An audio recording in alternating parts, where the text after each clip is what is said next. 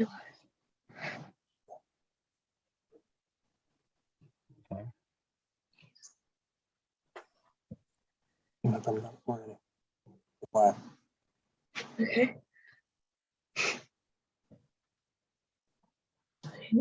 Oh, we're on. Are we? Yep. Yes. Awesome. Okay. Woo. Dad, Okay. is it muted on that one? Okay. I don't know what the cat.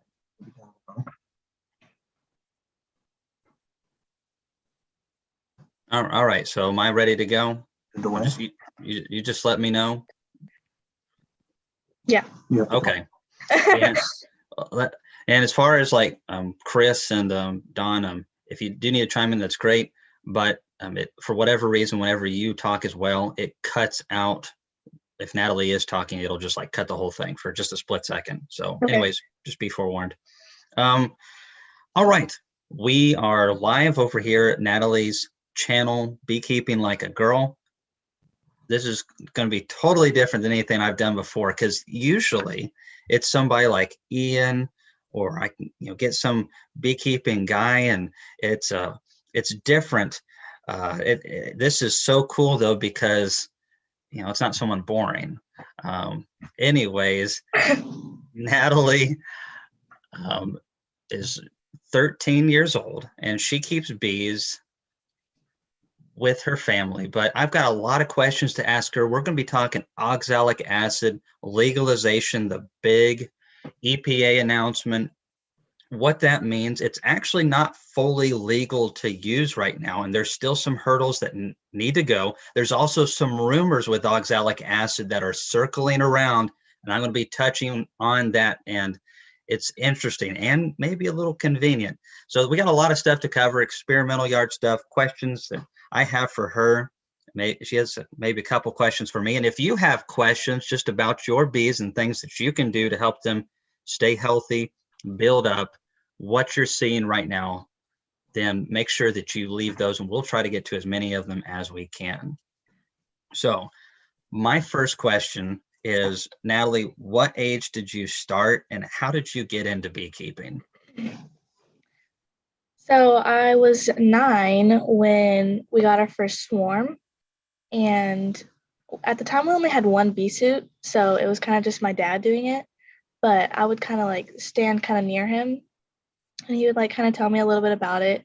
And then when I turned 10, I got a bee suit for my birthday, and that's kind of when I like kind of began, I guess. We also got, I think it was 7 nukes that year, and I would like go up with my dad, and we would get in the hives, and I would just kind of stand next to him, and he would like tell me the basics, like what brood is and like all that kind of stuff. And that's kind of like how I got started with it. And then like I did that for a year or so. And then when I turned 11, kind of like started really working the bees, and it was just me and my dad for a while. And then last year, my mom got into it, and so now it's the 3 of us. So I was 9 when we got started, and the reason I got into it was pretty much because of my dad, because he had been wanting to do it for years. So yeah. That's awesome. I didn't realize that you started at 9, so that's awesome. It's just I think about what I was doing around that age, and beekeeping was definitely not on the radar. Actually, I was just moving to the state of Tennessee at the age that you are now, and at 9, I didn't know anything about growing potatoes, much less bees. So that's great. I'm so excited. I'm seeing the stuff on your videos. Of course, I got to see you at the conference, and seeing what you and your family are doing. I'm just like, wow, you're doing it at such a young age.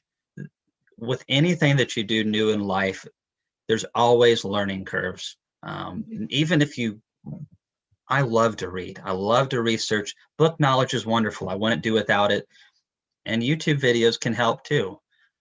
But actually getting that firsthand experience is really the true way of knowing and actually being able to execute and do a good job. And it takes years for people to develop, no matter how you go about it. And so here you are, starting years before I did, like, let's see, almost 5.5. And you're already on a much better track. I was all over the place in my first several years. And so, goodness, if you're at this rate, you're going to probably be doing what I did at um, 30, maybe in your early 20s. And that I'm rooting for you. Shoot, you may do it at 18. That'd be even better. So um, I'm excited for you all, and I love to see young people getting into beekeeping. I think there's a lot to it. I think that if we can get some more education going on, not just for me, but fellows like Bob Benny and Ian Stepler, who have really championed the educational front on YouTube and in other ways as well, we can get that information that we need to. It's not all about making money for sure, but at least keeping our bees alive, because that's what we all want. Whether you're doing it for a business or whether you're doing it for a hobby, we all just want to open our hives in spring and see healthy bees. And we want to be able to either make honey for our family and friends, or we want to be able to sell it in maybe a couple local stores, or who knows, maybe even run a full-time business. I know some folks down in Memphis who are actually using theirs to sponsor nursing home folks, and all their honey sales goes towards helping the nursing home people. So I think there's a lot of cool things you can do with beekeeping if you're successful. Let's see. So 9 years old. Goodness, that's awesome. So out of all the things that you've done in beekeeping, what is your favorite part? I would say grafting is one of my favorite things to do, but I also really enjoy catching swarms because we still do that every now and then, and the whole process of it is really fun, especially with grafting too, because you get to see, how many queens you got, and the fact that, I get to help with make a queen is really cool. So. Well, swarms and queens are definitely on the top end of my favorite. Queens being number one, and swarms being really close up there. I think splits would go above that. The swarms is pretty much just a free split, right? So it's right in there. As far as, have you all done some swarm trapping, or is it mainly just catching? Okay, Yeah, we've so done some swarm traps. so I'm actually thinking of putting up, if I can find the time, I'm going to try to put up 15 this year, just for, not because we need the bees, but just when I enjoy it. But I think more people need to start swarm catching. How have you all done with your swarm trapping in the past? Pretty halfway decent? Last year was the year that we did the best. I can't remember how many we got. How many did we get? We got 3 in the same spot, and I think that was all we really got. But we do Wow. have a video on it, I think. But yeah, Well, it's so easy to do it too. Like, you just put up a box and get some bees. exactly. And a lot has to do with habitat, but in the area that we're in, it's more similar than it's not when it comes to forage and timing. And I feel like bees between Missouri and the Carolinas and Kentucky, down in the northern parts of Alabama and Georgia and other places as well, obviously more places than that, are very good locations for swarm trapping. And my experience has been, there are really good years and there are some years that aren't quite as good. And my personal belief on why 2020 was such a good year for swarm trapping was because 2019 was a great year for bees, for us anyways. In 2019, we broke all of our records for honey yield. We were having nucleus colonies plug up with nectar when we were trying to get them to expand, but the queen couldn't find room to lay. They were bringing in so much nectar. And so that caused a lot of swarms that year. And I think because of that, you had more out in the wild, and then you caught more in 2020. I don't think 2021, this year, is going to be a great year because 2020 wasn't a great honey year. But hey, in beekeeping, I have been wrong so many times. You just never know. But definitely something that more people need to do. Swarm trapping is a lot of fun. How'd you bait your boxes? Like, what we put in them? Yeah, what did you do to try to lure the bees in? Um, I mean, we would put like frames that were used with the bees, and I think we did some lemongrass. We tried to find like the best spot, like next to some water, and um, yeah, we didn't do a whole lot. We just used like a box that's been used from the bees, so it has that smell. Hmm. Um, Not much. Well, that's I mean that's the keys right there. I mean you're touching on the pheromones, the propolis and the beeswax and the old hive. That's I mean for I don't know this for a fact, but goodness, there could be pheromone residue still left on some of that stuff. Probably is. The bees love it. I know that. Now, did you have just like a couple frames of drawn combs and then foundations or foundationless, or how did you go about that? Did you have to cut things out? I think we had a little bit of drawn out comb, so foundation. So okay, we had foundation frames that were just foundation for them to build, and then we had. I think we also that was a while ago. I think we just had some foundation and built comb. I can't remember if we had food in there or not. I don't think we did. I don't remember. Well, either way, it works. And there's so many when it comes to so many things like that in beekeeping. It's such an unrefined science. Um, there are so many different ways of doing it. I've got a buddy of mine who doesn't use any lemongrass or swarm commander, but he raises a lot of queens, and as they get too old, maybe the queen's going through a supersedure, whatever the reason, he collects those queens, puts them in alcohol, and helps extract the pheromones out of the queens, and then uses that as in a dropper in each of them, and says that works better than anything. But uh, I've never tried it before. What I've done's worked pretty well.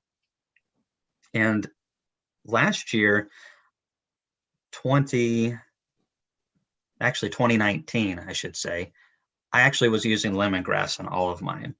Last year, I didn't put up any because I just didn't have time. And I left some up. I think I had about 4 or 5 or 6 somewhere in that area that I just left up, and I didn't bait them or anything. And I still caught like 2 or 3 last year in those.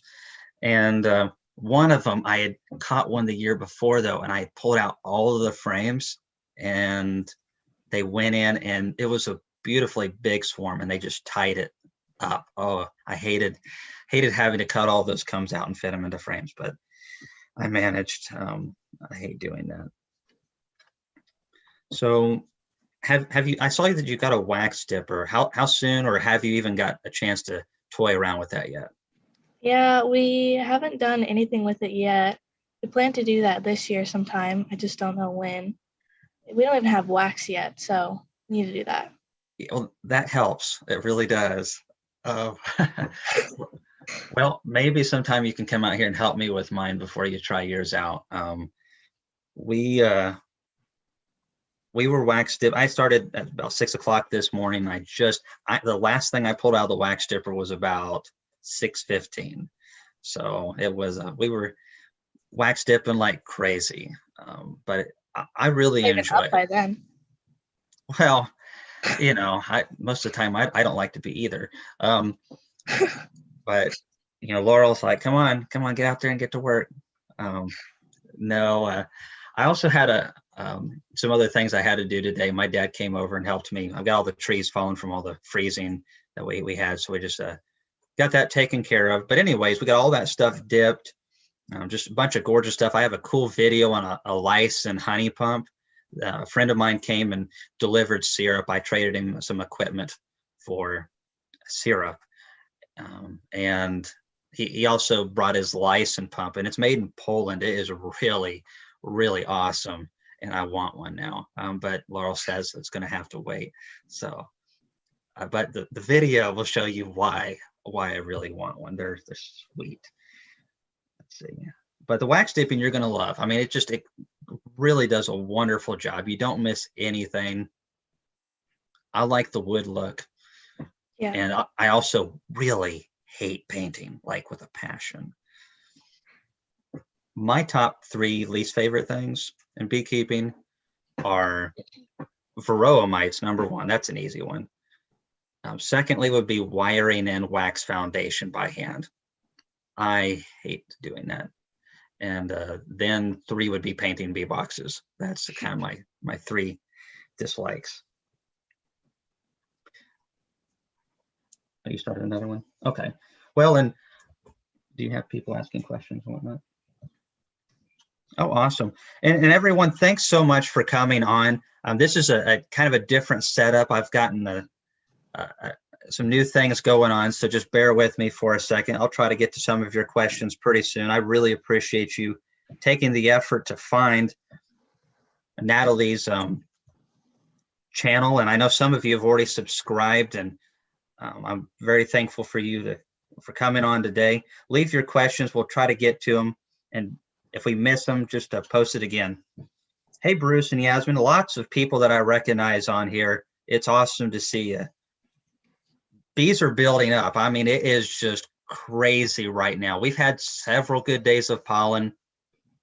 My big production hives have at least 4 frames of brood right now. The queens are wide open. My August made splits have at least 3 frames of brood. We are just building up bees like crazy. We're feeding patties. If we have to, we're feeding a little bit of sugar syrup right now, only on the ones that are light. But we are just seeing some really nice things. I'm really glad with what I'm seeing this year. Our bees are in great shape. Hopefully we can just get some nectar flows and show you some nice honey crops. So Natalie, this is an interesting question. So, I've seen videos where you only had the veil on and didn't have the full bee suit. How do you deal with stings? I wasn't getting stung at your age. Well, the first time I got stung was freaked out a little bit. Our bees are kind of in like a closed area, just a little bit with like trees. And me and my dad were behind them, and I had a really, really bright shirt on, and I don't know if that like attracted them or what it was, but it came at me and I didn't know, and it got me like right under the eye. Always one of the first spots to get it. Nice. And my dad knew exactly what happened, so he like walked away, but that hurt obviously. But then I kept doing it, and now it's really not that bad. Like, just when I get stung, I normally just like walk away for a second and then come back, but it's not that bad for me.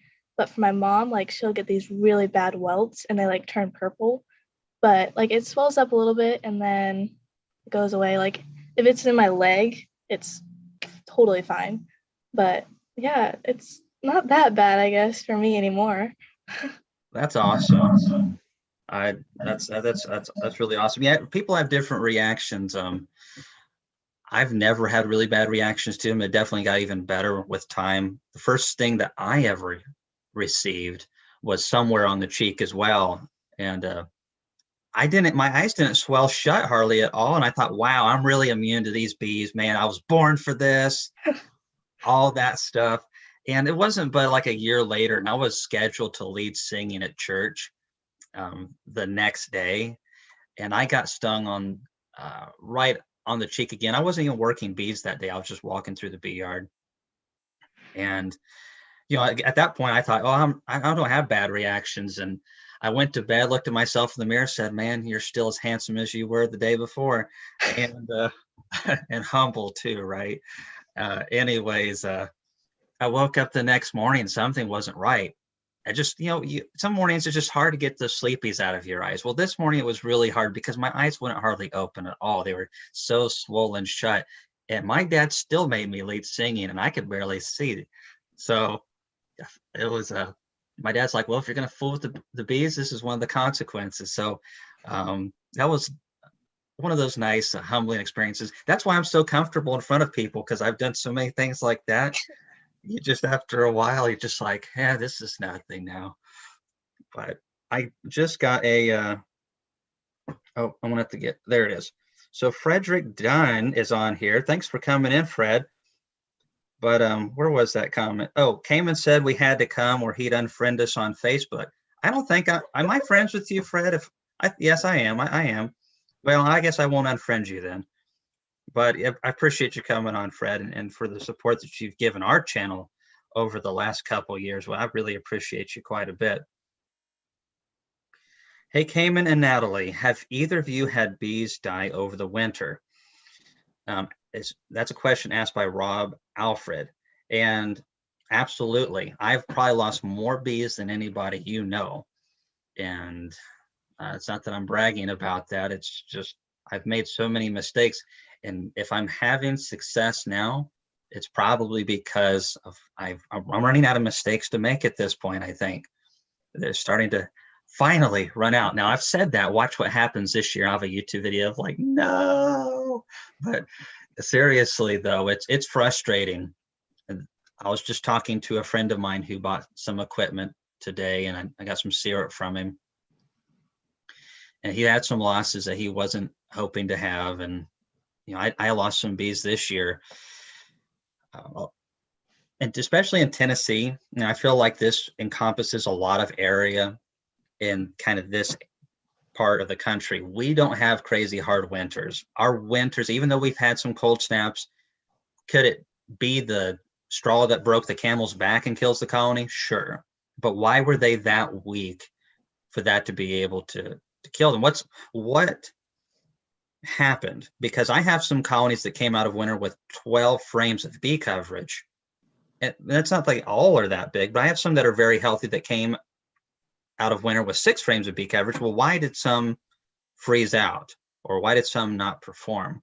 And I think we've got to look into what we did in July and August and September to determine that. I really think if the bees are healthy going into winter, they're going to come out healthy. And that's all there is to it. I am not at all scared of our Tennessee winters in the slightest. So what about you, Natalie, on losing bees? Like this year or? Any year in general, if you ever enjoyed it. I know I haven't. Yeah, we've lost a good amount over the winter. This year wasn't too bad for sure, but good. Yeah, less than 10% for this year, so that's good. But we've lost our bees to a lot of other things too, not just like the cold or anything. So yeah, I think, again, personally, if there are bees that can survive outdoors wrapped up in Canada, I feel like there's no excuse for beekeepers to be able to say that they died of the cold in Tennessee. Now, there's other places up in like North Dakota that get stinking cold, and there are variables. But bees don't winter kill in Tennessee unless they're unhealthy or they're getting rained on, and that's just a fact. I don't insulate most of my hives, and anyways, is there something you wanted me to get to, Ronald? Okay, so we're going to run through a couple more questions from each other, and then we're going to get to the Q&A hardcore stuff. And maybe while I'm paused, let's go ahead and talk oxalic acid, because several of you are really curious about that. I am as well. So that was a big shocker that the EPA allowed that. Again, I am not one of those people. You're going to be watching my videos, and I've got a stack of 5 honey supers on, and I'm treating with oxalic acid vapor. One, because I like to keep my honey as natural as possible. But if you offered me some honey, like, Natalie's sent me some of their honey, and they said, hey, we treat it with oxalic acid on our honey supers. That's how we do things. That really wouldn't bother me. I eat a lot of green drinks. I've done the math. Oxalic acid, we're eating things on a daily basis that are way, way, way worse than that. So that doesn't scare me. I still want to keep my honey as natural as possible. And it's the literal worst time of the year to use the treatment. It doesn't work good when there's a lot of brood at all. And when we have the highest brood, it's during honey production. Plus, we're busy. That's the busiest time of the year for beekeepers. So that doesn't really change. However, there's a lot we still have to discuss about, because it is not legal to use as of this point. The EPA has allowed it, but the product Apiboxyl, or however you pronounce that product that these companies sell, it is supposedly, I guess, the only registered legal one that you can buy and use now. There's got to be a balance to these things. I recommend that people go by the legal law of the land and all that stuff. But at the same time, it frustrates me the monopolies that there are in beekeeping, especially when their product's only like 97% oxalic acid, and then you can get 99.6 like percent oxalic acid that should technically be more pure, but that's not legal. Why is that? I have a mind. I think of these things.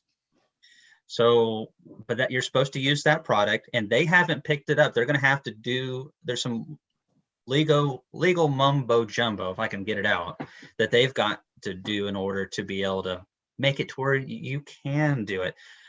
However, there are some rumors going around that there is a new product in the works. I don't know if this is true or not. I hear a lot of things just in the circling around that there's a new oxalic product being made up, and there was a patent on one. I have not been able to find it yet, but there could be a new oxalic product delivery method being released. I don't know any more than that. If there is, hopefully it will work. Well, maybe we'll get to test that out. But just remember, right now, we legally cannot treat honey supers. There's probably not even a good reason to do it because it won't be very effective. Anyways, I'm looking forward to our oxalic acid trials in the experimental yard because they should clear up a few things for me and hopefully for you all as well. But yeah, the oxalic acid thing is interesting. Very, very interesting. And it just seems, and that's the rumor, didn't start circulating till like right before the announcement by the EPA on that. So it kind of seems like maybe there's a reason for this. Maybe a big company's producing it. Some palms have got to have gotten greased. All right, back to Natalie and all that stuff. Let's see here. So, Natalie, you were able to come to our conference, and was really glad to have you there. What was your favorite part of the conference? How about a hard question there? Well, first, I don't think there was anything that I didn't like. It was a really good conference. But Thanks. Well, first of all, when we first started beekeeping, there was nothing like that in where we are. So you never like talk to bees to somebody. Like there's just not very many beekeepers that, or like events like that. So when you guys did that and we were able to go, it's like being able to talk about bees to somebody and them understanding what you're saying is, I like to do that a lot because like it's totally fine talking to somebody who doesn't know what beekeeping is and all that, but it's just like one thing you talk about leads to another thing, and then you end up talking for like hours, and they either leave knowing what you just said or have no clue. So when talking to people and they know what you're talking about, I enjoyed that. But the conference part, I really enjoyed the last roundtable. The way that everybody just like, it was like nobody up on there was like they know it all, and like you guys were all like working together talking about it, and I learned a lot from that, and I really enjoyed the roundtables. That's cool. We almost didn't do the roundtables just because I'd actually never been to a place where they had them, where I actually attended the roundtable. And so we were kind of like, and of course it was our first conference, but I had a friend of mine, and Laura was like, that'd be kind of fun. And then I thought, you know what, I'm getting to hang out with Bob up there. What's the worst that can happen? And Kent Williams, and both Bob and Kent are very personable people. They're very humble, especially for how accomplished they are. And so I was very fortunate to be up there, and it was a lot of fun. That I had a blast up there. Sometimes just shutting up and watching them talk to one another.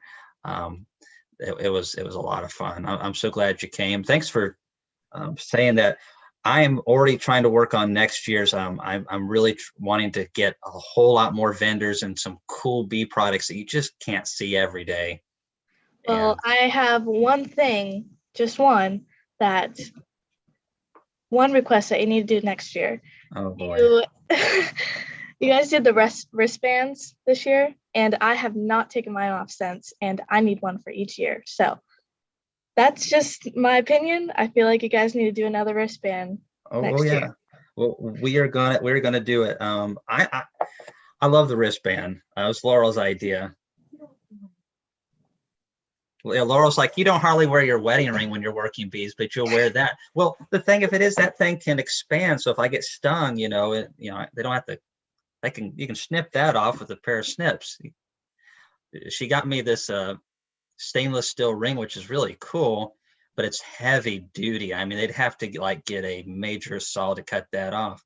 So I just don't take the chance. But anyways, yeah, we're going to have those. Of course, this year, like it was white because 2021's queen marking collar is white. So every year the collar is going to be the queen marking collar. And we're going to get even higher quality ones next year. We're going to have a little bit more time to plan this out. It was definitely a whirlwind. Let's put it that way.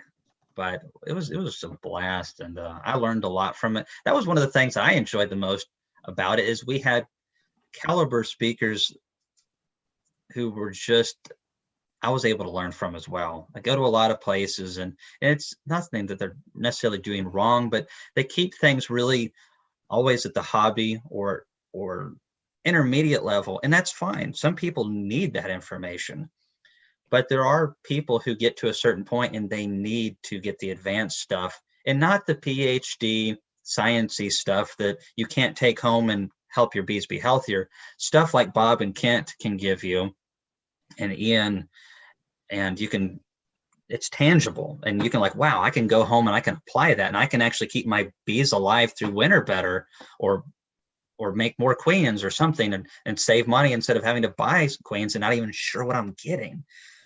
So that's what I'm excited about. Bob and I have been, like I've mentioned a bunch of times, talking about the 2-day queen cells, and I'm super pumped about trying that this year, and he is too. So it was cool to see a beekeeper that was, I don't want to say Bob's age, but he's significant. He's older than me, and he's still really gung-ho, and because that's what I hope to be one day. Let's see here. So what is a tool or piece of equipment you would like to try beekeeping wise in the future? Well, I want a Bobcat. Well, just go for the big one, why don't you? But that's probably not going to happen. So we'll just lower it down a little bit to maybe a bottling tank. A bottling tank, hey. Both of those are great. Laurel, Bobcat's been on my Christmas list for multiple years. Santa Claus has not been very generous, but the economy's not doing as well, so I guess it's hitting Santa up there in the North Pole too. But anyways, yeah, so Bobcat would be awesome. But are you gonna be the one driving it? I don't know. Depends on who pays for it. That's right. Well, hey, maybe that'll be you. The thing of it is, in truck driving, statistically, women are safer truck drivers than men. So maybe that goes to Bobcats too. I would say so. When you watch these crazy YouTube videos of all these nutty stunts people are doing in trucks and Bobcats, it's typically a guy, probably from Kentucky or Arkansas. Anyways, if anyone's on here from Kentucky or Arkansas, you know what I'm talking about. Oh, man. So let's see. You got any questions over there? Ricky Rourke has a question. Okay, so there's some people asking, have you got any of your friends into beekeeping yet? Are you again, I kind of, from what you said earlier, I'm thinking if you're like me, it's hard to find friends that don't glaze over once you start talking about queens and stuff. Nope. I mean, I don't know if I'm really, I never talk about it to them really either, just because they're not interested in that. Like at my age, most people aren't interested in that, but me. Yeah. So.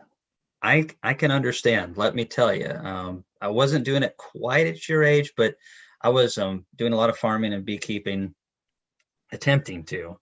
Got my first bees at almost 15. I was 14, and doing some farmers markets and stuff at that time, and definitely didn't fit the typical teenager. And then, goodness, I don't have a lot of friends my age still. I have a few, but they also have accepted me and the shenanigans that come with having a friend that is a beekeeper. And, my parents even, they just kind of like, oh, here he goes talking bees again. Let's just, sometimes I talk bees and my own great grandmother turns her hearing aid down. So, anyways, what do you do? Tough crowd. You're definitely helping with the YouTube videos though, because that's one thing that I can't do is I can try to relate to the people of your age, but I can't. And also there's a need for more girls to be active and stuff. And there are girls out there, but they're not on the YouTube as much. So Yeah. it's nice to see that. Did you have another question, Laurel? Just keep them coming to me. Laurel's feeding me some questions. Do you have any questions for me, Natalie? Let's see. Well, first of all, how did you get into beekeeping? Oh boy. Okay. So again, like I said, I was doing farmers markets. I've always loved being outdoors. Always wanted to have an occupation where I worked for myself and was outside as much as possible. And I thought the farmers markets would be that. I would say Joel Salatin was one of the first people to inspire me. He's one of the biggest free range farmers in the country. Writes a lot of great books, very motivational. I got to meet him one time and I told him I wanted to do something outdoorsy and I also wanted to do education like this someday. And I think he actually kind of laughed it off thinking, yeah, everybody does. But I meant it. I really did. I enjoy this as much as I do the beekeeping. And I saw a fellow who had an observation hive and 2 different shades of honey at his booth. And that really surprised me because up to that point, the only honey I'd really had experience with was the garbage that you get in a store that's diluted down probably with rice syrup and may not even have any honey at all. Very bland. And actually, I still hate that honey in the store. And so when he let me try some of his and also see the observation hive, I was really blown away. The only other experience I'd had with bees prior to that was about a year before.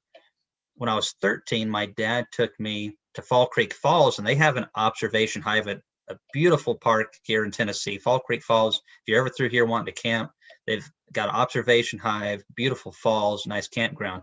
And so I saw bees there. And so between the 2 of those and tasting honey and realizing, whoa, there is a lot more to this than just honey. And honey is actually delicious and diverse. I proceeded to get bees 2 or 3 months later, and I purchased 5 hives that fall. It was a terrible decision. I didn't know what to do. I didn't have anybody to mentor me either. And I lost 4 hives that winter out of the 5, but the one that survived was really strong. And then being a novice, I let them swarm. And thankfully, they went right up to a cedar tree. And it must have been 6, 7 pounds of bees. It was a really nice, strong hive. I probably didn't super it quick enough, and I didn't even know how to check for swarm cells. I was doing all the wrong things, let me tell you. But I did catch them and dump them into a double deep. And it was, that's all it took. And then from there on out, it has just been finding ways to spend more and more of my time doing bee stuff. Okay. Did you have? Okay. So Laurel's got a question from the group. Okay, how many hives do you manage, Natalie? And also, how many do I manage? So you first. Okay. We're right around 40, but we plan to double this year. So I don't know what that's going to look like. Yeah, we don't know, but right now it's around 40. That's cool, 40. So what doubling's going to look like is a little bit of this. So no, seriously, it's going to be great. I'm rooting for you. We keep around 300 colonies, give or take. We're going to jump up quite a bit here in the next within the month and make nukes, lots of little colonies for queen mating and stuff like that. But it's it's not all about the numbers either. If I had one thing I would recommend to someone starting out who's wanting to build up and actually make a sideline effort out of this or a business, if you can't be successful with 10, you can't do it with 40. And doubling is good. That would be the most that I would recommend. Definitely. I know some people that, they have 5 hives and are like, well, let's go to 50. And that's a lot. Or I know some guys that have like, let's buy some bees and let's get 200. I'm like, no, please don't. Because why I know that? Because I did that and it never worked. And anyways, hopefully our videos can help with some of that. Let's see. What's your favorite part of Beak? No, I've already asked that question. So it's queen rearing. That's right. Okay, so I heard a little bird told me that you had dinner with Bob the last night of the conference. And so I didn't really get any one-on-one time with him. I did get to take him out to dinner a couple times, but there's a bunch of people there, and which was great. They had a blast. The dirt rooster, Randy, was making a scene like he always does. And, so it is what it is. And I was behaving myself for a change. And, but I had a blast. But so you guys had some one-on-one time. I want to learn all the tips and secrets that I missed out on. So spill. Wow. Okay. I'm just messing. But did you really? I know I enjoyed it. Bob is such a wealth of knowledge and a very giving person of his time and his information. To be honest, he asked me more of the questions actually, because we had kind of like introduced ourselves at the conference. Okay. And like we totally didn't expect to have dinner together. It was like right after the conference, we were starving, so we decided to go to like a restaurant, whatever, and we're like pulled in. And we're like, "Is that Bob?" So then we go in, and it was him, and like it was totally random. We didn't expect to, but I mean, I learned a lot for sure. But he definitely asked me quite a bit of questions too. That's probably good, actually. Sometimes you getting asked the questions leads to him being able to like, that's interesting. This is what I've done, or different things like that. Bob's a really good listener as well as a good talker, and his personality is awesome for teaching. I know he's done it down in Georgia, but for as good as he is at teaching and beekeeping, I'm surprised he hasn't been touring the country, if not out of country. But he may just yet. I think a lot of people are hearing about Bob Benny, and for good reason. I love to see it.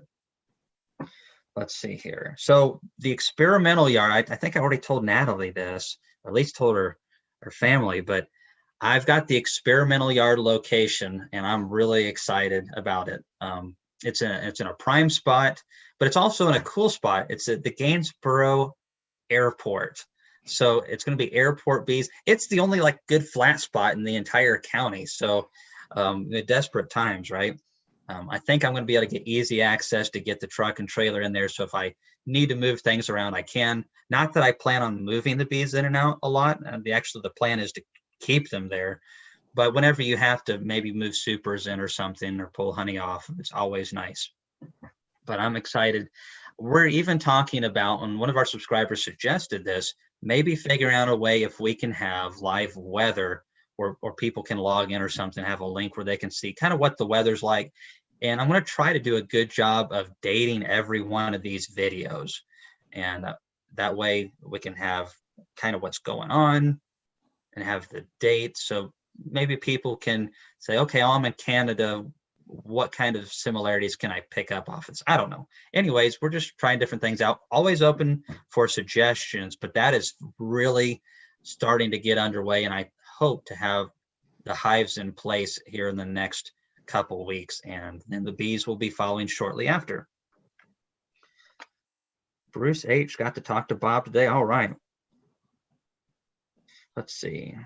Yeah, Ian said grow with the bees. Ian's a smart guy too. When I did an interview with him, that was one of the things that you just don't know. I'd seen Ian on forums and online before, and you just don't know what you're going to get. But Ian's a lot of fun to talk to. He's really goofy once you get him relaxed. For a Canadian goofy, it's not quite the same as American goofy. I can't say which is best, but it's definitely different. It's funny. So, do either of us have an observation hive? I don't. I should. I'm actually talking to the mayor about trying to do some more stuff with the local community, and probably, well, more than likely that's going to involve an observation hive. We're kind of figuring out some things that would be good to bring more attention to, not just for us selling honey and stuff, but just also young kids, schools and stuff. This is an important craft, and we don't want it dying off. We need good education so people are keeping their bees alive, and the more people that stay into it because they're successful, the more it spreads around, and I think that's a good thing. Yes, I did. Let's see here. Let's see. Yeah, date, time, and temp. First inspection, found larvae out of cells, big fat larvae, lots of them. Are they drones? Lots of drones. So lots of drone cells probably are. I don't know where you're at, Tease Bees, but this time of the year, I'm starting to see drones in my biggest colonies. And a lot of times they'll have them up at the top of the frames. But if there's not enough for them, or if there's even a little bit of a flow going on or you're feeding them, they'll draw some cells on top in between the boxes. And those are almost always drone cells. And if you pull the boxes apart, even the lid off, if they're in between that bird comb, it'll yank them out, and then the bees will clean them out and chuck them.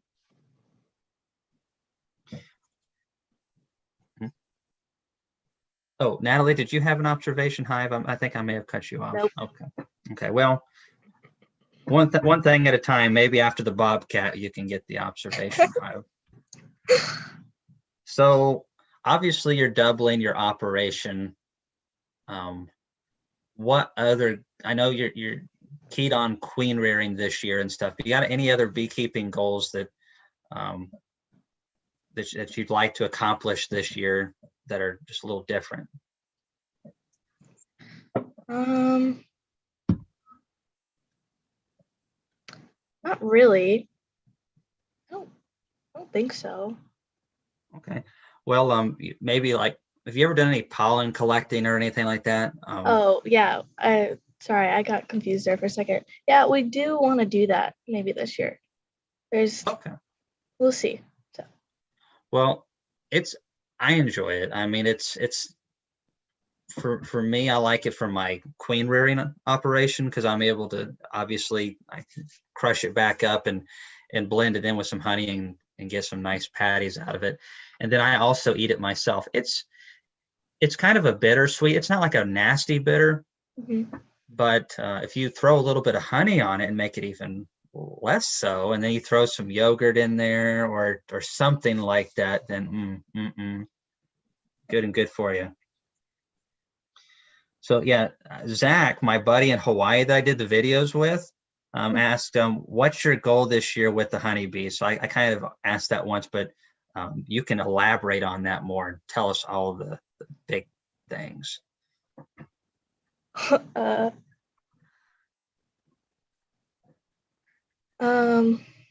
Yes, we did make plans to start kind of like another yard, so it's not on our property though. So we're gonna try and do that this year. I mean, like I said, we're gonna double, hopefully.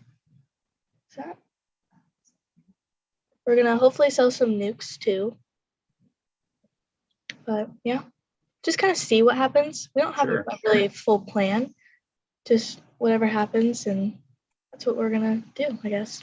Yeah, I mean, that's basically my plan a lot of years, is just, beekeeping, definitely you have to take it as it comes.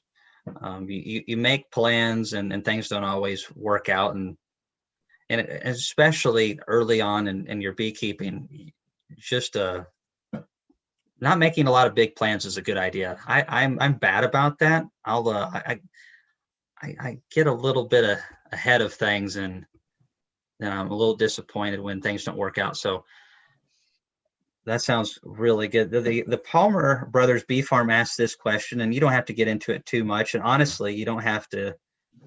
You might not have even thought of this point, and that's fine. I mean, don't grow up too fast. From someone who's 32 years old and is trying to run a business, keep up with things, try to be a good husband and a good father, and different things. It's a lot being an adult, and you don't really understand it until you become one. You just can't, because you've never done it before. But with all that said, this person asked, Natalie, do you plan to follow in your beekeeping endeavors long term and get into maybe a field on a professional level, beekeeping wise, or go into entomology, PhD, all that kind of stuff? Well, like I said, we're kind of seeing what happens, and same thing with me right now. I'm going back and forth with a couple different things, but right now I do plan to continue keeping bees, and is this something about You know, I do want to maybe do something with, I really can't pronounce the word, entomology. it took me a while. But I mean, yeah, I don't know yet. It's a lot, and there's no rush. You've got all kinds of time, and Yeah. that's the nice thing.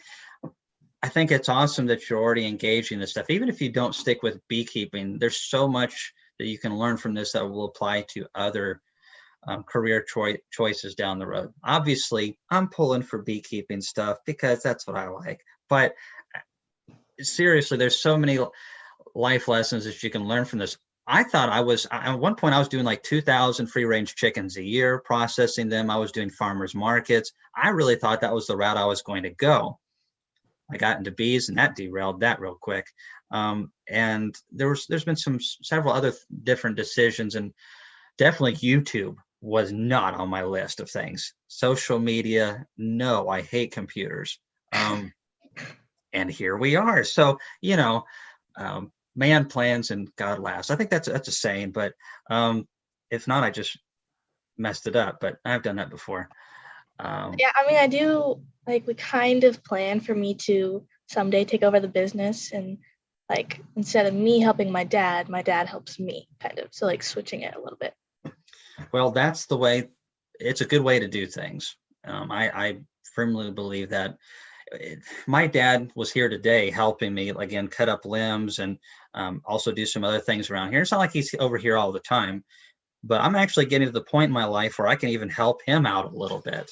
And I think as he gets older, it's the way that it should work, that I should be able to help him more as maybe he's not able to as he gets older.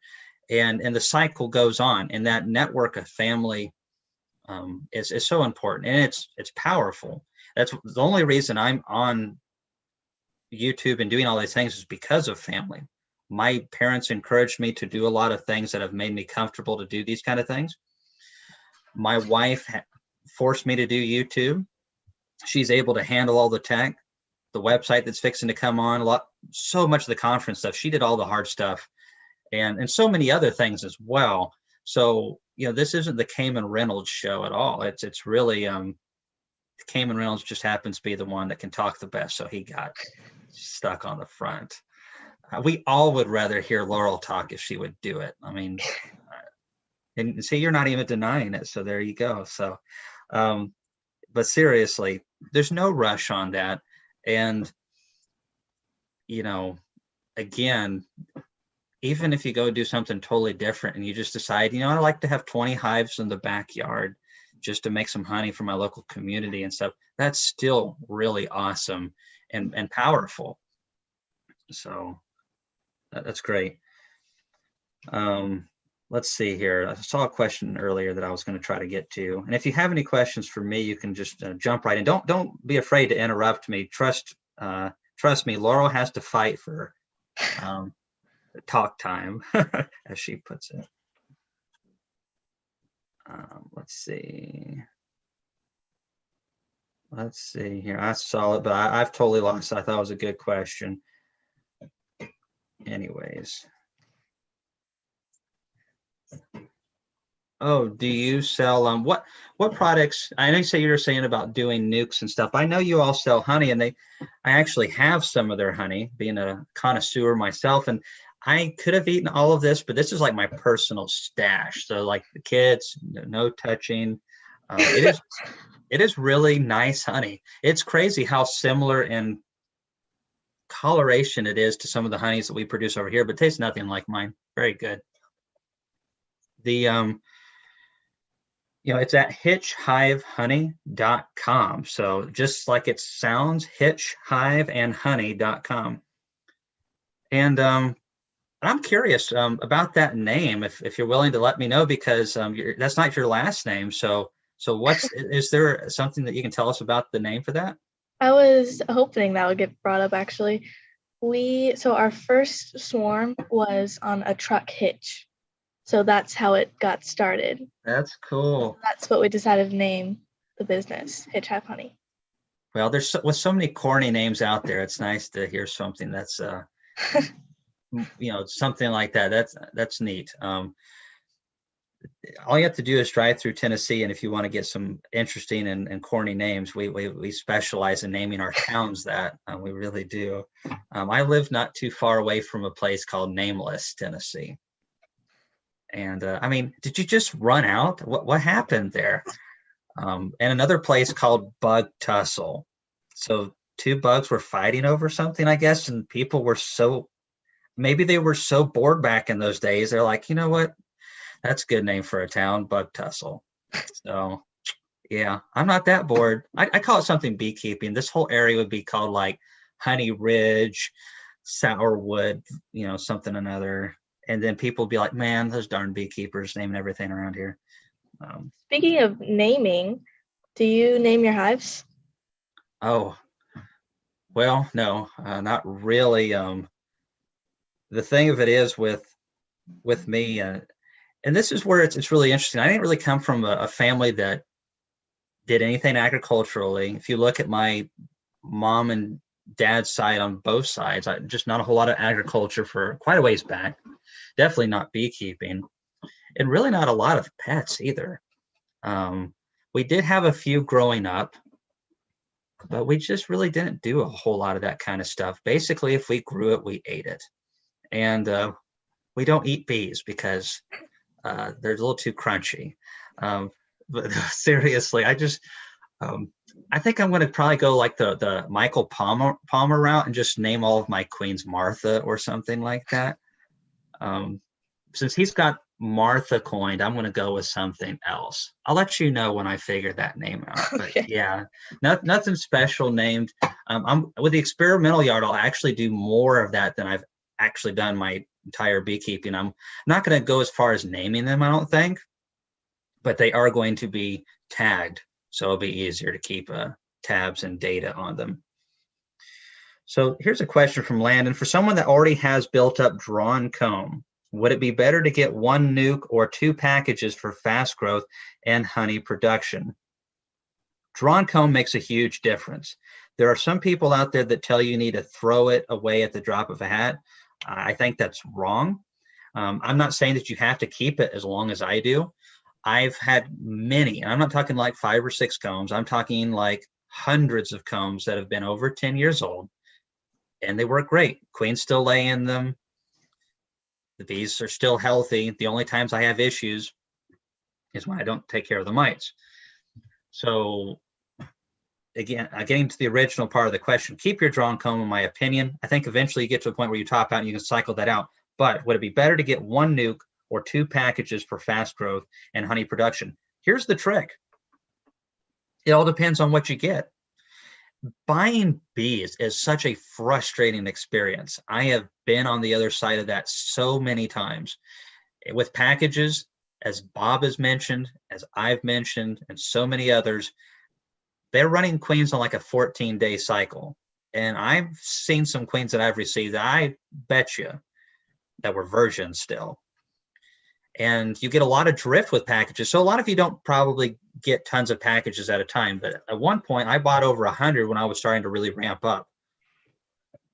And you want to talk about drift. The ones that had decent queens all of a sudden went from a package should cover with drawn comb around 4 to 5 frames of drawn comb, 3 pounds, if it's a nice package.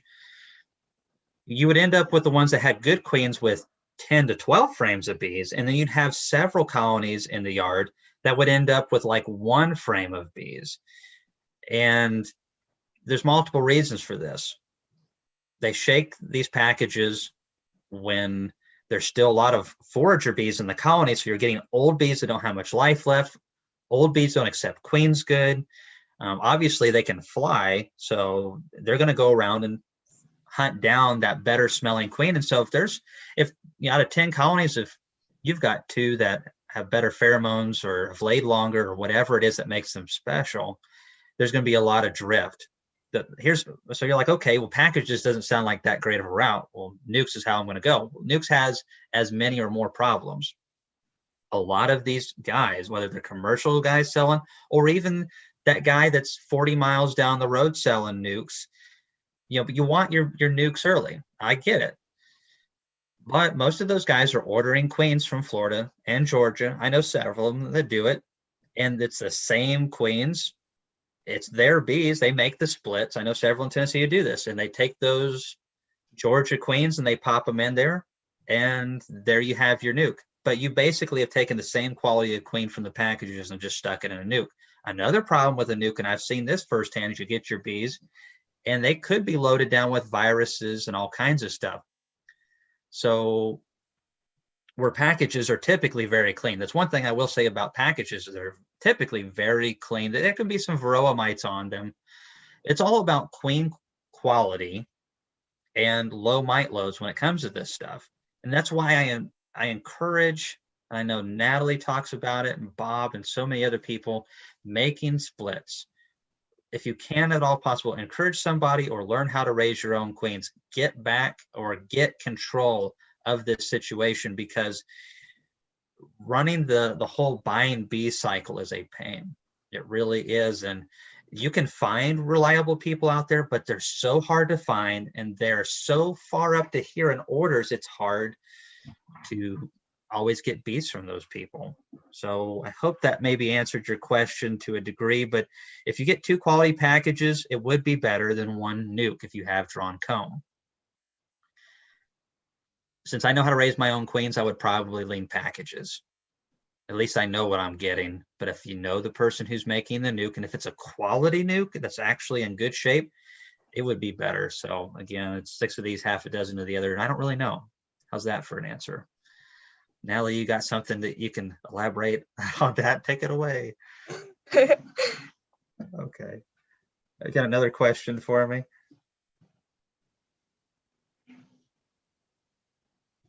Let's see here. Do you, hey, Bruce Beast, thanks for coming on, buddy. I saw your last video and it was really good. Saw you hit 7,500 subs too, so just keep up the good work down there and roll tide. Rocking my Alabama hat right now. Came and used Gertrude. Oh, that's well, I don't want to say that. There could be a Gertrude on here, but I guess I basically just hinted that I don't really like that name. It's so old and all that. If there is someone on here named Gertrude, do they really like that name? That's probably the next question I had to ask. Oh, yeah, that's right. Why don't you tell the people this? You can talk, Laurel. Yeah, no, not going to do it. Kamon, are you still planning a bee school this spring? We are talking to people around here about getting a small school going on. Nothing like the conference we did in January. This is going to be more intensive, fewer people, concentrated on more specific topics like queen rearing, making splits. I'm thinking maybe 2 courses, maybe have multiple ones of each, because I imagine it's going to be like 50 people max. And have one on queen rearing, like the whole 9 yards, showing you how to set up the starter box.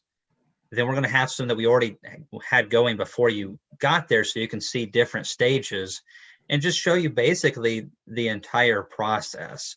So it's going to be very comprehensive. And also everyone's going to get we want to have everyone a chance to graft. So I'll probably have somebody helping me. Got a good buddy who grafts very proficiently as well in Tennessee. And then also have a class on splitting bees and, actually getting to physically see how many bees are going in to these boxes. So I don't have any dates yet.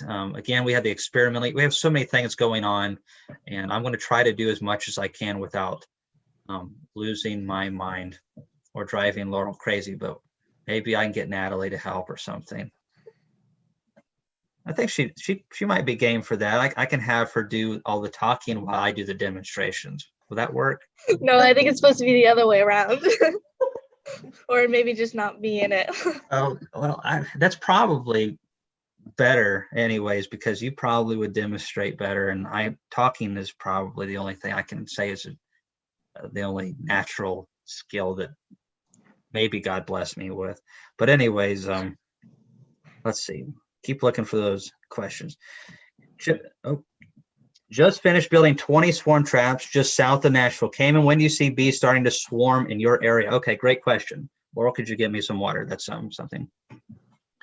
So in Tennessee, it really varies from year to year. We're behind where we've been in some years, but weather's all over the place. You just never know from year to year what you're going to get. I expect to start seeing swarms hit traps here in the next week to 14 days. Those are the early swarms, but the early swarms are often prime swarms because if they're swarming this early, they're powerful. Now, some years I have caught swarms on the first day of March, only once, but you need to get them up as soon as possible. Especially since you're in an area, if you're around Nashville, there's a lot of beekeepers around Nashville, and those are prime locations because there's so many beekeepers in that area that lose swarms. They're feeding in those tree cavities, or they're shooting off swarms every year. Unfortunately, some beekeepers don't get to things as quickly as they should, but yeah, get them up as soon as possible. I'm wanting to do more swarm traps this year. I don't know if I'll actually get to doing it, but they need to go up as soon as possible. Have either of you open fed pollen supplements? If not, why? So I do feed pollen sub and open feed it, but there's not a whole lot of opportunity for it to work good for me. They largely ignore it if there's even a trickle of pollen coming in. If they work it a little bit, that's something, but it's like they took it a little bit before the pollen flow started. Well, you can feed that and you can feed patties, and the bees just don't try to brood very hard off of that stuff. There's something missing, obviously, and it's not the real stuff. It is still useful, but I don't see it being a monstrous game changer for me. As soon as that maple pollen hit and all those other pollens, it was just like the bees said, okay, we're going to rear brood now. And they did. And they've just been going hard at it. But on days where they can't get out and fly, we've left it out. They'll pick at it a little bit and help fill in the gaps. And we feed pollen patties. And I think it's a tool, but it's definitely not a cure-all. It's kind of a help. It's a supplement at best. And it's definitely not pollen. But Natalie, do you all open feed pollen sub from time to time?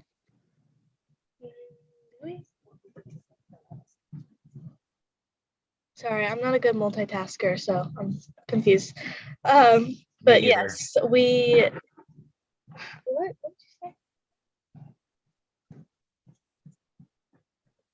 Okay, so according to my mom, we have, but they didn't really take it as much. Yeah.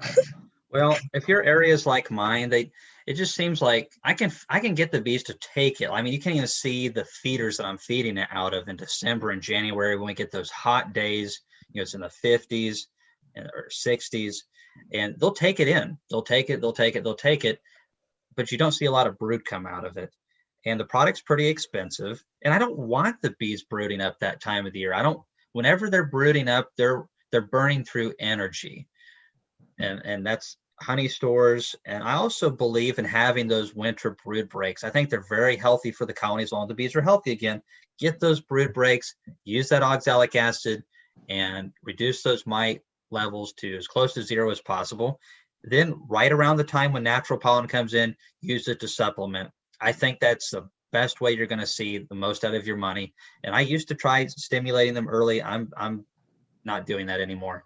Just focus on complementing what's going on. I'm starting to sound like Ian Stepler over here. All this complimenting stuff. We're promoting brilliance. Oh, is that copywritten now or trademarked? Oh, how's that work, Laurel? Anyways, I don't know this stuff. But Ian, if you're watching this, I'm promoting brilliance down here in Tennessee. Let's see.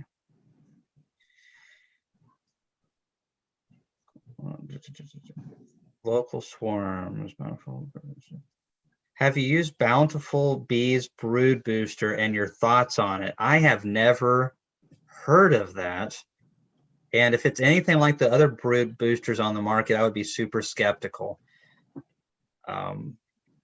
I just don't know. Again, these things are very limited. Nothing is as good as pollen that brings in natural probiotics, that's bringing in diverse minerals, and not just the types that the bees have to have, but in the forms that they really need for full nourishment, healthy balances. There's a huge difference, and you can have calcium carbonate in your pollen sub, but they might need calcium silicate or something. I mean, there's so many different forms of these things. So whatever's in pollen, it's obviously better. With this brood boosting stuff, they're really expensive, and I've tested them out. Bob mentioned he's tested some of these things out, and other guys have as well. I can see universally that professional beekeepers aren't using these things. And I promise you, if they were profitable and making bees healthier, they would be. You will find a couple guys that use these kind of things, but by and large, they don't, because they don't there's not enough upside for the money that's in them. And I think even on the hobby level, this is important. We need focus our dollars maybe more in an area that'd be more beneficial. But now if it's a pollen patty, like maybe one that's made, I think maybe that is that one from Tractor Supply or something. It's still, you can still feed it and help complement the pollen flows. But I personally, as far as pollen sub goes, Ultra Bee, Mega Bee, AP23, that kind of stuff. Let's see. One reason to stimulate is if building up for pollination. And that's true. I mean, Bruce makes a good point. I haven't been able to see, at least for me, and I think it's because we're so cold in January. So often we're dropping down in the 20s on a regular basis, and sometimes in the teens. And these folks that are by and large going out for pollination are keeping their bees in the south. They might even get a trickle of pollen before they go out there if they're lucky. But it's a lot warmer, and bees are are better at brooding up when it's warmer. So, but yeah. Do you have any more questions for me, Natalie? I do have a list. Okay, well, just again, interrupt me. Don't be shy. I'm used to being interrupted. Huh? Let's see. Sorry. Will you be changing your mite treatment this year? Ooh, good question. Yes, totally.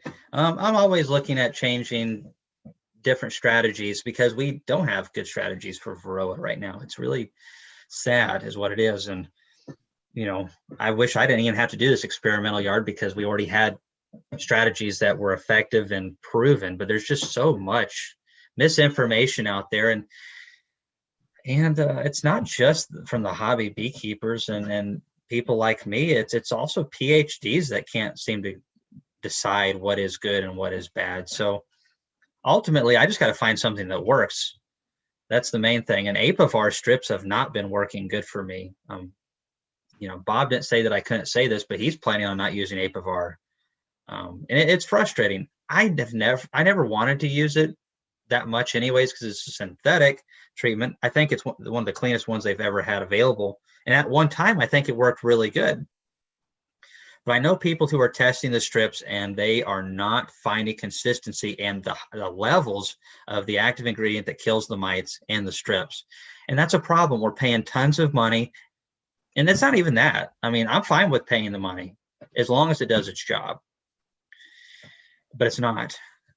And, you know, more and more reports. I mean, at first it was just hobby beekeepers saying I did the treatment correctly and it wasn't working, but you're like, someone with 3 hives, maybe they didn't do it. Who knows what's going on? Maybe the mites were already too high before they applied it. But you have guys that have thousands of colonies and the experience Bob has saying that it's not giving the knockback that it used to.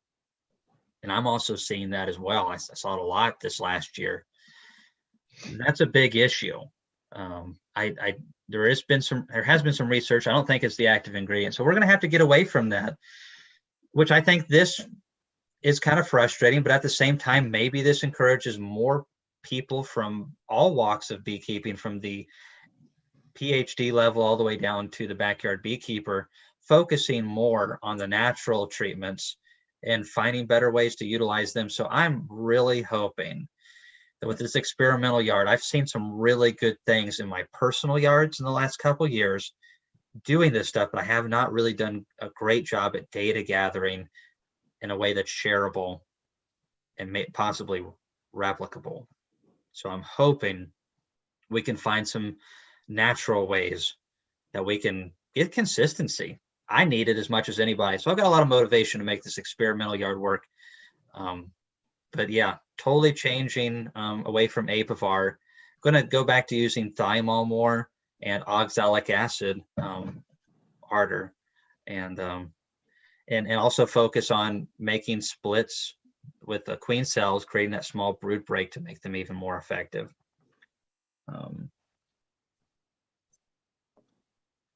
Okay, so I have a question from somebody asking about your recent purchase, Man Lake boxes and stuff, how they fit. How did you like all the stuff that you got? Have you been able to assemble any of those boxes yet and see how well they worked for you? Well, we did assemble a couple. I don't remember how many it was.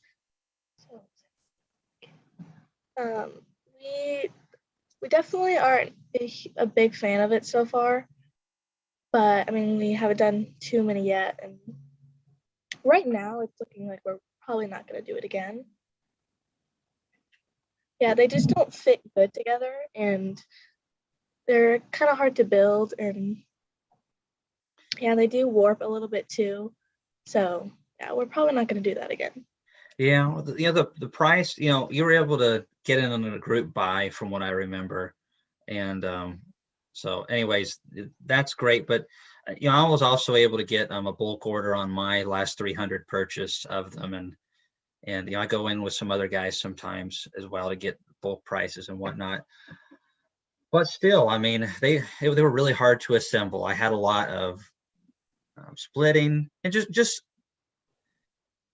a lot of things that could have been avoided. Honestly, as someone who does a lot of woodworking, they were too green. The moisture was the issue. They either cut them when they were too wet or whatever, didn't store them correctly afterwards. Something was messed up. I personally think they just cut it when it was too green, and you get a lot of curving and shrinkage and all kinds of different things. And I just had some boxes that were just ridiculously off. And we've got crazy technology, and they've got money at their disposal to get these nice routers and CNC tools and whatnot. And I just got some boxes from the Amish, and the Amish boxes fit. They're not 100% perfect, but they're leaps and bounds ahead. So I mean, these Amish guys are still doing it, rocking it like it's 1899, and they're outdoing the 2021 technology people, I guess. So man, what's up with that? Maybe it's the beards. I apologize to any Amish that are watching this stream. What did you say, Laurel? Oh, sorry, Natalie. What was your next question? Let's see. One of my favorite things, like I said, in the bees is grafting. How do you pick your queens to graft from? Oh man, pull out the big guns. That's good. I like a challenge. Laurel, help. Oh no, seriously, I got this one. So we started out very more meticulous than what I've gotten to now. And I think there's a certain balance there. It's interesting. I love to read about old queen breeders who have written books, and most of them are dead and gone by now. Brother Adam, Charles Mraz, I might not be pronouncing his name right, and so many others who have written. Jay Smith, GM Doolittle, all of these guys. I love reading their books. I love that stuff. And some of them are extremely meticulous, like Brother Adam. I mean, just insanely meticulous. And I have a lot of respect for that. I tend to fall in between because some of the guys were just, they look for fewer things. So what I basically do, it's got to work for me, obviously. I look for something that has given me at least 2 good seasons of quality honey production. I am less and less believing in breeding for incredible longevity. I would love to, I want to see 2 years out of a queen, but as far as do I have to see 3 years of amazing production, I think that's a lot. Now we're obviously, if one does that, hey, we're watching it. Obviously, if they're a breeder queen in their 2nd year, we're going to be watching them in their 3rd year. But that doesn't mean that we won't graft from them anyways. I want to see no chalk brood. I don't want to see European foul brood. I don't want to see any of the lesser brood diseases, stone brood, any of that kind of stuff. I want bees that are gentle. I was able to pop some hives with the guy that brought the syrup today, and he was just commenting on how gentle they were. We won't tolerate any shenanigans with our bees. We'll requeen them. We have the capability to do so they get out of there. I want bees that are not running all over the combs. I also more and more selecting for bees that go broodless in winter. So that's one of the reasons I've gone more Carney as opposed to Italian, is I want to have that brood break, because winter is a great opportunity to get the slate completely clean on those mites and start afresh with the oxalic acid when they're broodless. Italians, especially some of the production bees, on a mild winter here in Tennessee will never stop rearing brood if they're a strong colony. And then it's hard for me to get a good kill unless I pull out that brood, shake the bees off, freeze it, and then treat them. So basically, I want a bee that's going to produce a good honey crop. And, obviously, I want production, gentleness. I don't want any lesser diseases. Maybe in the future, I'm going to target more Varroa resistance, but right now, I want bees that handle small hive beetles, and it's nothing too fancy, but honestly, it works really good. So I feel like a queen that gives me 2 years of phenomenal production is awesome, and less am I concerned about trying to promote long-lived queens, because you start punching the numbers on how much our queens lay throughout the season, and it stands to reason why they don't do that good for so many years. I think you can get about, 2 good years out of a queen in Tennessee is a long time, and it's a whole lot of laying, especially for what we do. So that's pretty much what we do. Okay, so here's an interesting question. May not have the answer for it, Natalie, but how many hives would you like to get to eventually? You're wanting a Bobcat, so you can't just have, a couple hives. Maybe 200. Maybe. It's a great number. I really think it is. You start getting too much bigger than that, and it gets complicated. Yeah. It's not that it's bad, but you start talking employees, and that's where things get sticky. Pun intended. Anyways, so I had someone ask, where can we get these Amish boxes? I can get them out of Lawrenceburg, Tennessee, or Franklin, Kentucky, from the Zook family. There's other places that you can get boxes from. Something else that I would really like to say, if I can, I'm going to mention my sponsors really quick and thank them. Hilco Company up in Illinois produces nice boxes, and they have donated to our channel. So I'm excited to show you those because they have their nice construction, and it's made in the USA, all that kind of stuff. I think that when I compare them to my Man Lake boxes, I think I'm going to like them a whole lot more from what I've been able to see so far. I like to thank Premier Foundation, who has donated all the foundations we need for double deeps on all 52 colonies for the experimental yard. I really appreciate them. Keep an eye out for these folks. Premier gives you over 5,000 more cells per deep box than some of the competitors out there, and has more than all of the competitors out there as far as cells. They have nice wax on their stuff. It's a high quality product. I've been really impressed. I can't wait to see the bees draw it out. Also like to thank Kevin Morrison, who has sponsored 52 nukes for the experimental yard. I'm going to be leaving that information on my Facebook page and on YouTube. And he sells a lot of nukes, and he seems like a really nice guy. You're going to be able to see the nukes that I get from him up about a month from now. So a little over a month. And maybe look at supporting somebody like that who does a good job. The queens are not run-of-the-mill bees. They're from hygienic bees. They're supposed to deal with keeping the brood nest cleaner and all that stuff. I'll be talking more about that and have more information in the future. Thanks to Good Job Bees. Ooh, getting a little dry here. And thanks to Apame for help sponsoring the insulated side of the hive test. So anyways, Natalie, you are fantastic. If only we could get Kamon to shut up so you can talk. I knew that some of those were going to happen. Yeah, I've seen a couple of those. Whose side are you on here? Oh, I can shut up and let you take this over. So No, it's a good thing. I'm just messing with you. Seriously. If you have more questions or anything you want to talk about beekeeping wise, something really crazy in the beekeeping world, or if you want to make fun of Dirt Rooster, that's always really enjoyable to do. I actually make fun of him in my next video, so look forward to that.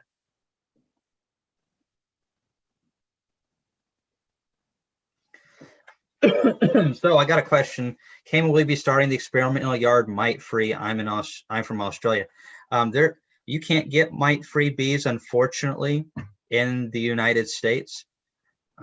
And the actual test, the main focus is to find ways to control the bees, control the mites in the colonies effectively using clean, natural treatments. I'm hoping we can get some results pretty good in the first year or two, maybe even in the first year. I think we'll want to test them in the second year too, but maybe I do that on some of my own personal hives on a bigger test, and then we push into the hygienic bees, excuse me, that are mite resistant, and see if we can go treatment free. I don't think so, but we'll buy some bees from treatment free sources and see what we can get. All right, Natalie, I know you're ready for one. Rip off a question. It's like a Band-Aid. Ah.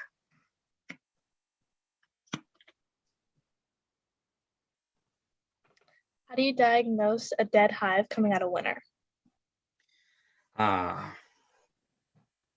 Your questions keep getting harder, Natalie. So there's a lot of different things that can kill bees in the winter. The number one thing is Varroa, without question. And I see so many pictures on Facebook and people are like, what killed these bees?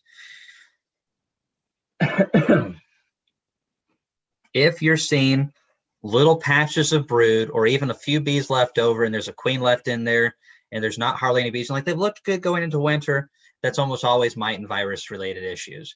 And you'll see a little bits of brood left where they were trying to have more and they just couldn't maintain that. And what happens when the bees get too many mites in there, and the viruses go right up with the mite population. So as the mites escalate, obviously the viruses do, and then at a certain point they just take over. When the bees get riddled with viruses, at a certain point they start absconding. It's not just like necessarily always the whole hive goes, but the ones that are really sickly, they toss themselves out of the hive, and the queen can't keep up, especially if you're going into winter and the bees are naturally declining due to lack of resources. Population goes down. Bees are absconding and all the numbers are working against you. That is the number one reason. So I'm looking, when it comes to mites, I'm looking for maybe a little bit of brood left in there. If there's no bees in there, where did they go? That's a lot of people like, there's no bees. There's still honey left in here. There's still resources. Why did they leave? That's like always viruses and mites. There could be a couple other little things, but by and large, that is that. Now, if you are seeing like a bunch of bees that in there that are wet, it could be, a lot of people assume moisture. Now, maybe you're getting some rain in through the sides or rain through the lid. I've had leaky lids before, but I've had bees survive leaky lids, actually. It weakened them, but they actually survived it. Sometimes you'll get a lot of moisture in the hive because the bees died a long time ago. And, you know, it just keeps sucking moisture in. Usually it's a combination effect with that. I can't say that I've ever once lost a hive due to moisture related problems. And I live in an area that gets a lot of rain in winter. We're muddy most of the winter. Missouri is very similar to that as well. We get mud for Christmas. And anyways, if you see a lot of bees that have their heads in the cells, you know, that's starvation. So I basically just go through a lot of different things like that. It's, to me, it's either starvation, the cluster was too weak. If the cluster was too weak, why was it? Do we make splits too late? Was the queen no good? A lot of times this happens if the queen is a poor layer. You've let your queen get too old. A lot of people struggle with this and they don't even realize it, but they don't want to go in and replace their queens. They don't want to kill queens. And you know, if you don't want to do it, there's ways around that. I'll explain that in a second.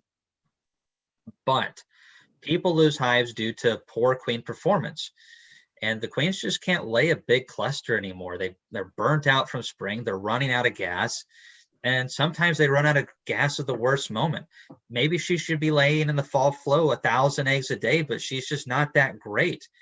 And she lays 500. Do you think you're going to have a big cluster going into winter with that? No, you're not. And then if on top of that, you have maybe some other factors, like she's been doing that all summer and the population is low. They don't have enough foragers to gather enough food to go through winter. Good queens are very important. Great queens, dead mites, good nutrition. If you don't want to kill those queens, but you want to make sure that you keep young, vigorous queens in your hive, which is a very important key to success, go into those production colonies, pull that queen out with some brood, make a nice nuke to overwinter with. If she does a great job and can build up and you have an extra hive, fantastic. You requeen that colony with a new queen. Worst case scenario, doesn't work out, you can always combine the old queen back with it. But you see what I'm saying here? People ask me all the time, can I stay at 2 hives? Can I stay at 3 hives? You really can't. Bees are so dynamic. You're going to have swarms that you're going to catch, or your bees are going to do at certain times of the year. It's so hard to keep the numbers low. At certain times of the year, it's hard to maintain the numbers sometimes. Things happen. I had a great queen, went drone layer on me. It was a great looking hive. And she came out of the winter in February laying drones. I had to get rid of her and combine it with another colony. That wasn't a loss I was expecting. They looked fantastic going the winter. They still had a nice 5-frame cluster of bees. Looked really healthy, but she was laying drones. So things happen. You've got to plan for these things. And Kamon, do you still plan to do a video on the Apame pollen trap? I do. I was supposed to do a collaboration video with Apame on that, where they were going to be giving away multiple ones after I showed it. And maybe they've gotten busy with orders, but I have had a hard time getting in contact with them. And that's the reason why I haven't. If I don't hear from them in the next week or so, I'm just going to do it anyways. I love this pollen trap. And if you're wanting to pollen trap, I think it's not only the cheapest way, but the best way to do it. And it's just got so many cool features, but I will work on that. Okay, Natalie, keep rattling off those questions. I'm going to shut up for a little bit until you tell me to start talking again.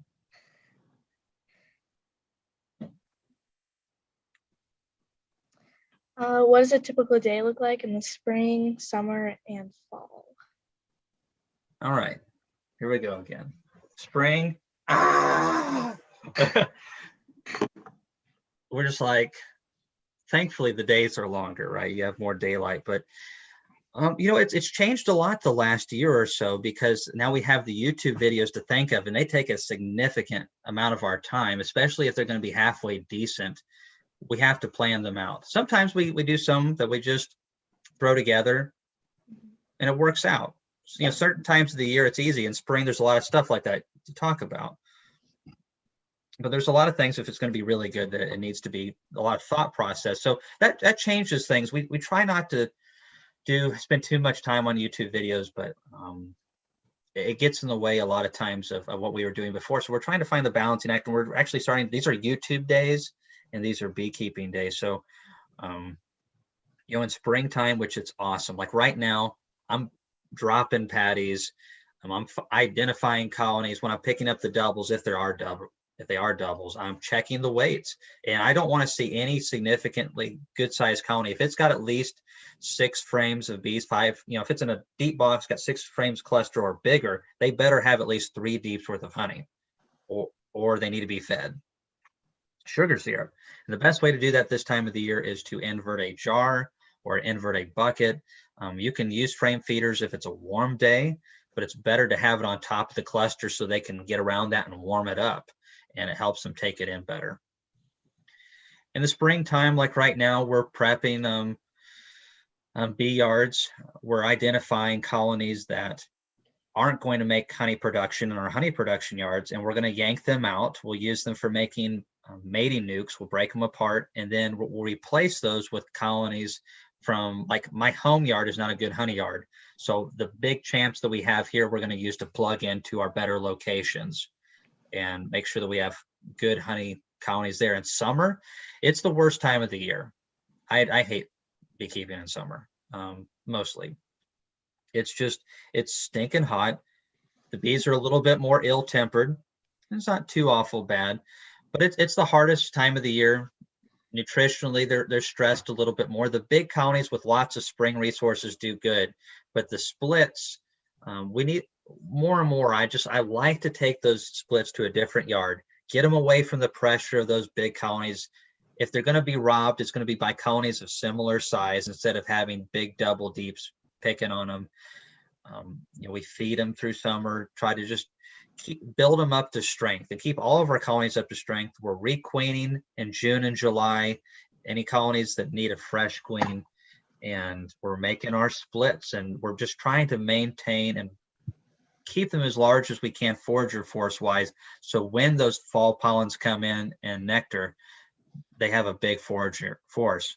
Obviously, mite control is a big part of all of beekeeping. And after we pull supers in June, honey production, of course, there's more to it than this. These are just the big things. We are treating colonies in June. We're treating them again in August.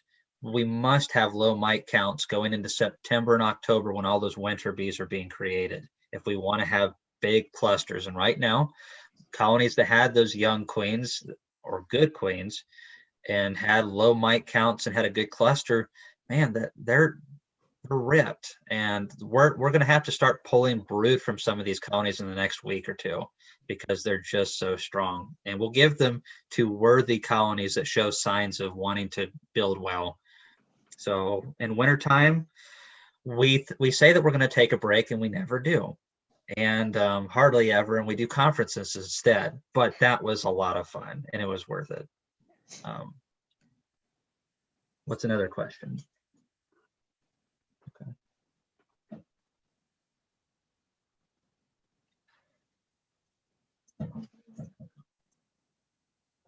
Mm-hmm. Okay. So what would you ideally like? What are some things in your honey extraction that you're doing, and what would you like to upgrade?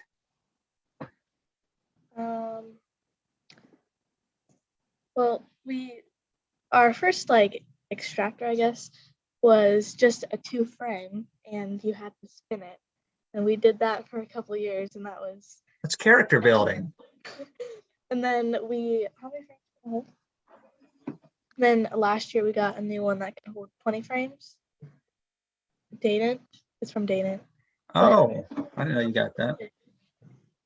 But if we kind of switch it in, we can fit about 36 frames in it. Well, that's something I want to see a video on this year. Do you already have a video on that extractor? Well, the time that we did an extracting video was the time when we still had the hand crank one, and then like a couple days after that or something, we got the newer one. So we'll definitely do that this year for sure. But we're gonna probably stick with that extractor for a couple years. But like I said, a bottle intake would be nice too. Yeah, bottle intake. Also, an uncapper. That was another thing we might look into this year. Sure. Well, so it's a Dadant 20 frame. That's what I use, and I really like them. For the price and what they are, I think they do a good job. One of the things you have to watch out for, I'm just going to mention to people, some of the extractors out there that say 20 frames, you need a double check. Maxent makes some good stuff, but when they say 20 frame on a Maxent, it'll hold 20 medium frames. It can't hold 20 deep frames. So you need to always double check on these counts, because some people are like, well, I'm going to get a 20 frame from Maxent because I can hold 20 frames. But if you're doing all mediums, that's fine. But another thing, they're skinnier. It's harder to get things in and out. One thing I like about the Dadants is they're a little bit more roomy, so you can get deeps in. Or if you're just using mediums, you can not only can you get the 20 mediums in there, but like you said, you can kind of stagger them, and you can actually get like 30 odd in there. So an uncapper and a bottling tank. Yeah, for bottling right now, we're just using buckets that have honey gates on them, and that's how we bottle our honey right now. So.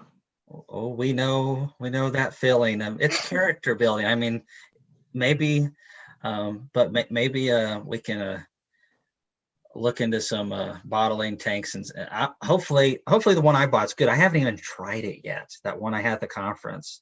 I'm totally redoing our extraction area, and we were out of power for 6 days when we were supposed to have it all finished, and just different things happen. Excuses. I had to take Laurel on a vacation to Hawaii because she worked so hard for so long, and she needed a break. She's like, the only thing that can make this more relaxing is if you'd stop talking.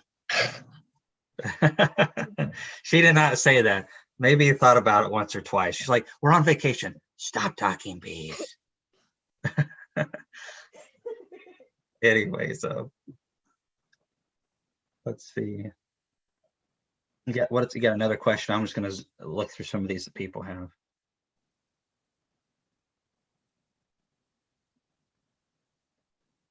Let's see here.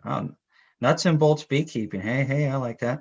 Cami, you say when colonies show the will to grow, please expand on that. Okay. I'm actually planning on having a video on that here in the near future, because we're going to be polling from a lot of colonies that are just too far ahead, and they're going to swarm if we don't. And some of them we're going to pull from them to make up mating nukes, but there's going to be some that we pull from to boost a honey production colony that's maybe just 3 weeks behind. Colonies that deserve it, they're showing promise. They've got to have good laying patterns. They've got to be building up. Maybe they came out of winter. Instead of like an ideal honey production colony, which in my opinion is going to come out with at least, if it's carnies, a 6 frame cluster. If it's Italians, probably more close to 10 to 11 frames. I have some carnies that get close to that too. But ideally in honey production, I want to see clusters that are coming out of winter around 8 to 12 frames would be ideal. But I've got some colonies that come out of winter with 5 to 6 frames, and they've got great young queens. They take off, but they're just behind a little bit. They show promise, they're just slightly behind. Those are the ones that we reward with that brood, and just give them one good frame of brood, and man, they're just caught right back up. And also just evening out the whole honey production yard. That is so nice when by and large you have 40 colonies in a production yard. They're almost all around the same level of development. When it's time to give one honey supers, they all need it. When it's time to pull bees for splits, they all need it, almost always. So it's very uniform for us to be able to go to a yard and deal with everything the same. But yeah, I'm going to have a video on that. I'm planning on showing one that deserves it and one that I don't think deserves the frame, so people can kind of get an idea of how I go about gauging that for better or for worse. Got another question, Natalie. Sorry, I did it again. No, it's fine.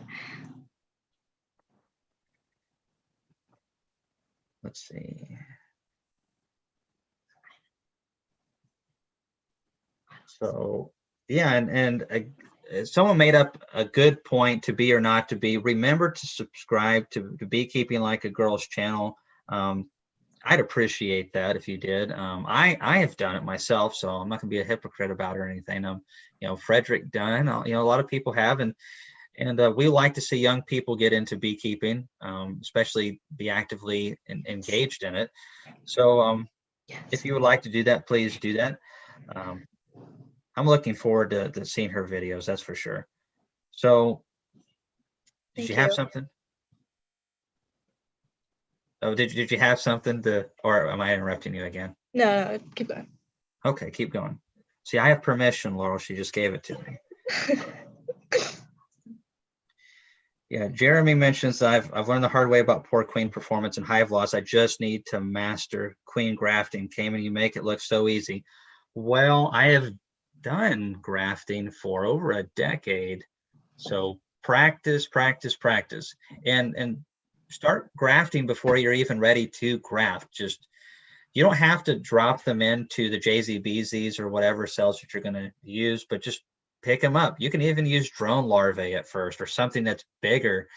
It's more of a practice thing. And the biggest thing that will help you is having larvae that are in good, healthy shape. When they have a pool of royal jelly underneath them, you don't have to worry about priming the cell cups with royal jelly or anything. They're easy to pick up and they're easier to drop. If your bees are not really in a good condition for queen grafting, it's going to be really dry underneath those larvae, and it's going to be hard for anybody to pick up. So make sure that the colony that you're grafting from is very well nourished, and you can feed pollen patties to kind of help supplement that if necessary. But practice. I mean, we all stunk at our first couple attempts, but just do it. I'm excited for the videos we're going to do on the queen, the 2-day queen cells, because I really think there's a big opportunity for a lot more beekeepers to be able to make queens easier. It's still the similar process, but I think it'll be, I think I am going to use it quite a bit this year. And Bob said he will, so I figure Bob will at least figure it out and I can show you how not to do it. Where's that? Don Bearden says, Natalie, you need a boyfriend that will help you if you're going to get 200 hives. Kamon and Laurel, of course. Kamon has Laurel, and of course your dad had your mom. Well, there's time for that. It's hard. Well, it's also hard to find some stud who's willing to do bees. They're just ow. And anyways, yeah. We're rooting for you, Natalie, but no rush. Yeah, I'm not worried about that. Say what? About the shirt. Oh, Laurel's like, well, now that you've embarrassed her several times, is there anything she's asking, is there anything that Natalie can do to embarrass you? I'm already embarrassed. I'm going to regret probably some of these things I say. Laurel's going to make me feel guilty later, and I'm going to be wringing my hands and all that stuff. Okay. Say what?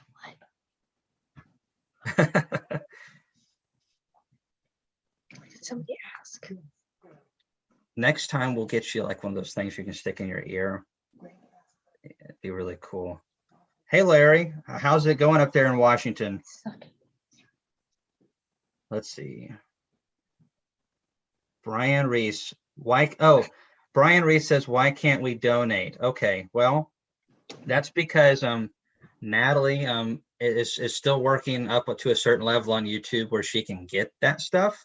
And that's one of the reasons why we're doing it on this channel is I'm trying to help get watch time hours and all kinds of stuff up. There's certain things that you have to do in order to get to that point. And she's pretty close. And I also thought this would be a whole lot of fun because I interview guys like Ian, and they're just guys, they're boring, drag their knuckles. And Natalie is definitely a lot more refined than Ian is.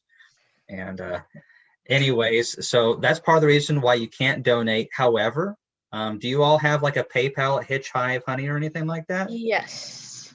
Yeah, so you can go to hitchhivehoney.com.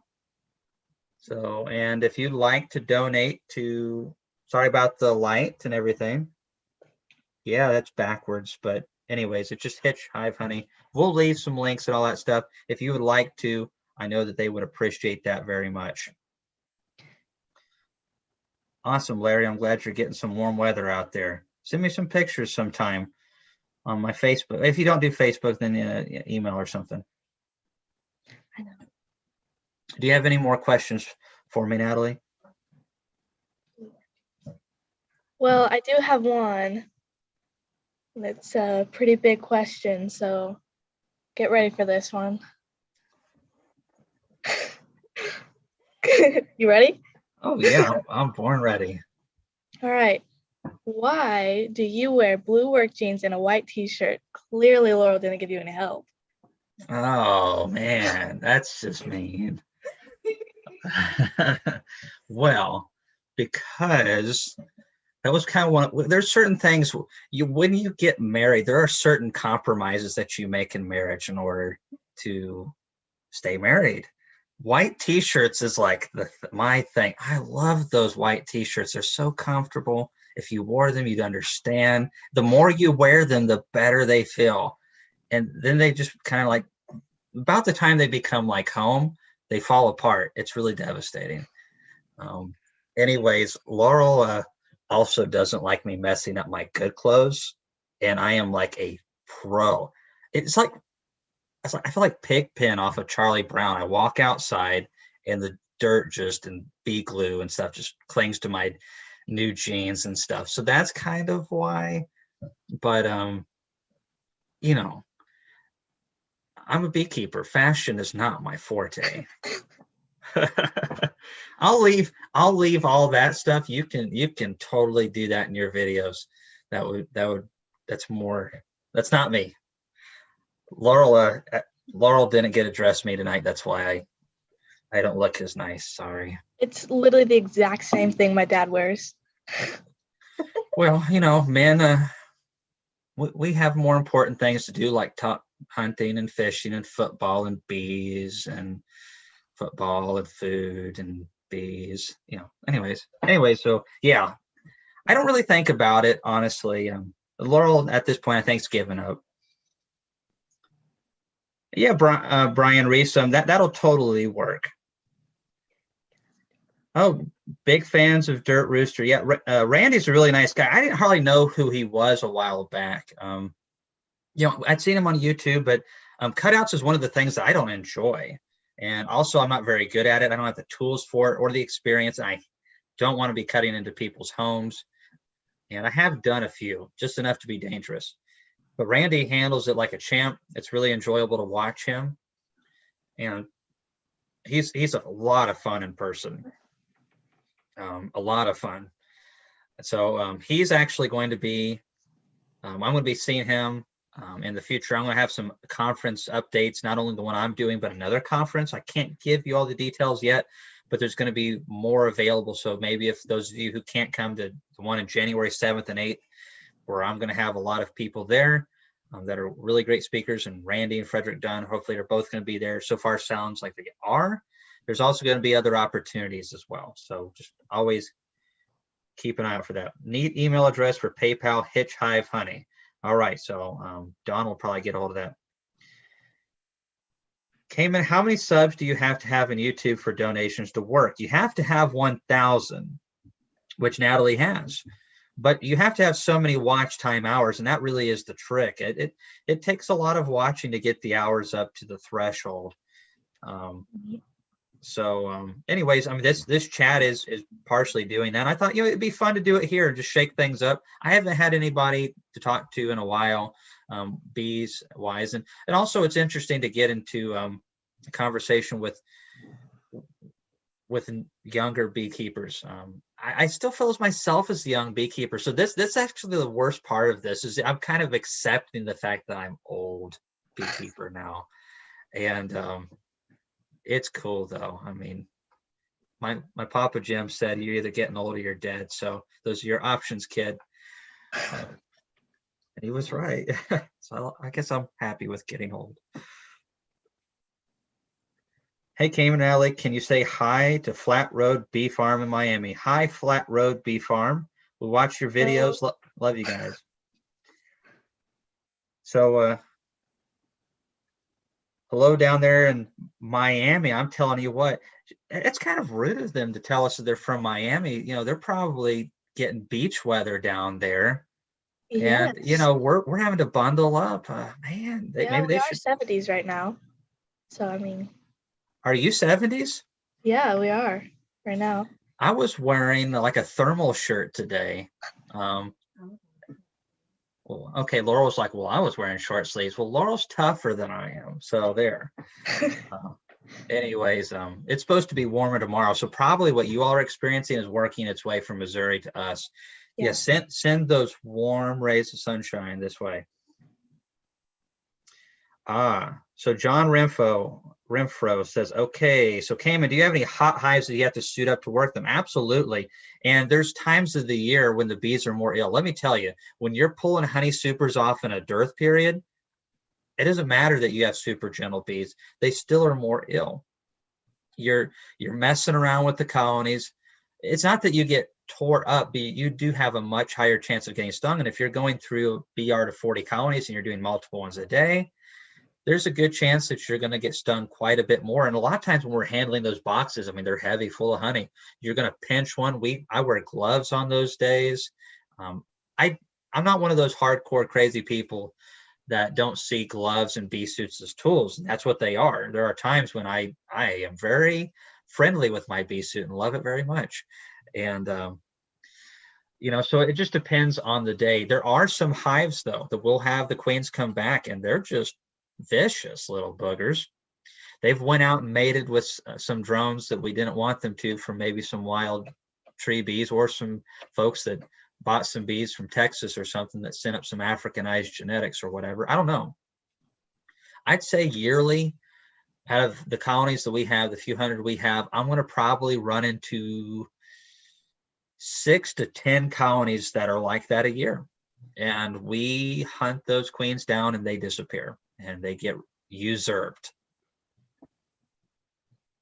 because we don't want them producing drones that are going to mess with potentially our queens that we're trying to mate and all that. Let's see. The Beehive Homestead. Love the beekeeping community. It's so great. Just really is. I'm brand new to it, but love it. We love it too. There are so many awesome people in beekeeping, and not all of them are YouTubers. I mean, there's folks that do a lot of local stuff that is super important. The guy that got me in, that had that observation hive and the honey that I first saw when I got into beekeeping, he was just a local guy that sold honey, and people called him the Bee Man.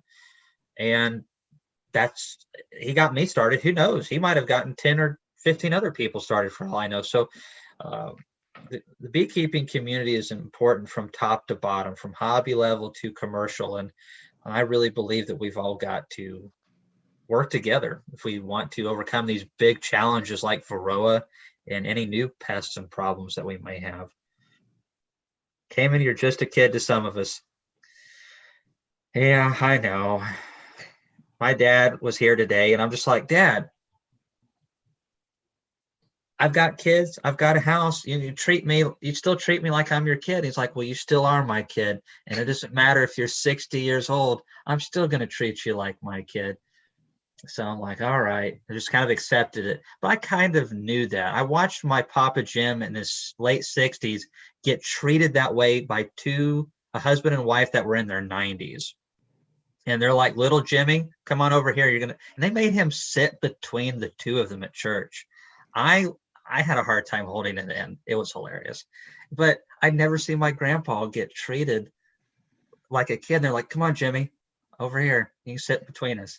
And I'm just like, what? It's all about perception. That's what it is. Yeah, John. Hey, John Tanner, thank you so much for the stuff that you brought at the conference. I have really enjoyed it. And several of you did, and I've really enjoyed it.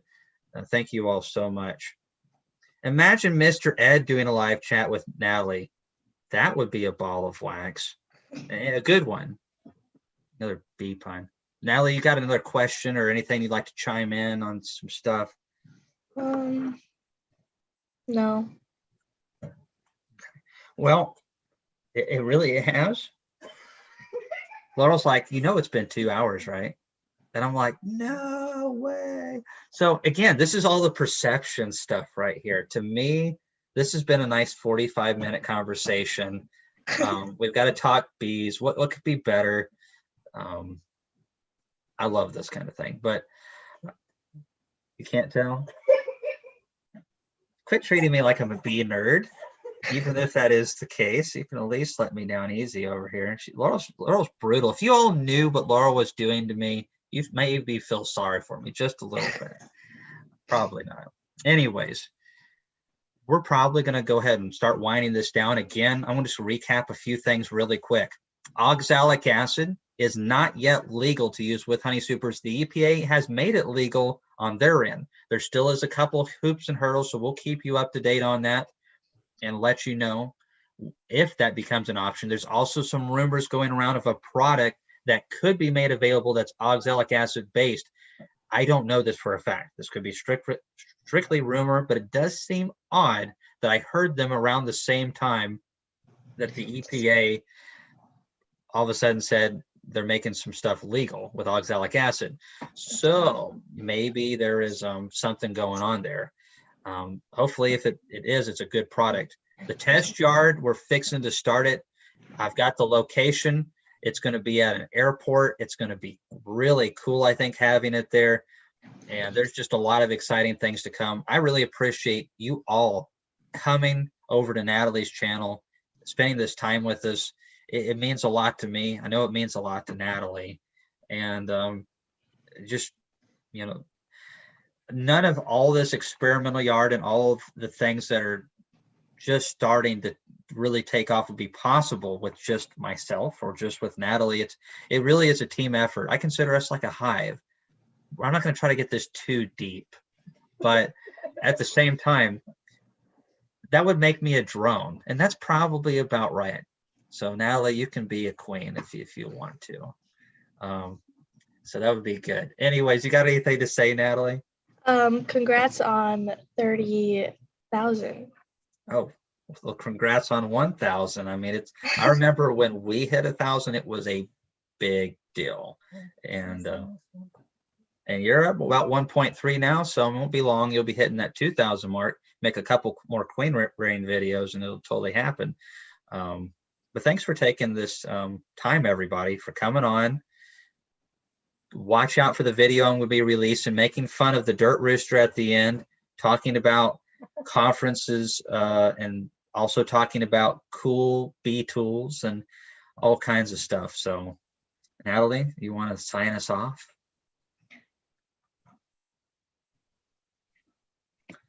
Just like, you know,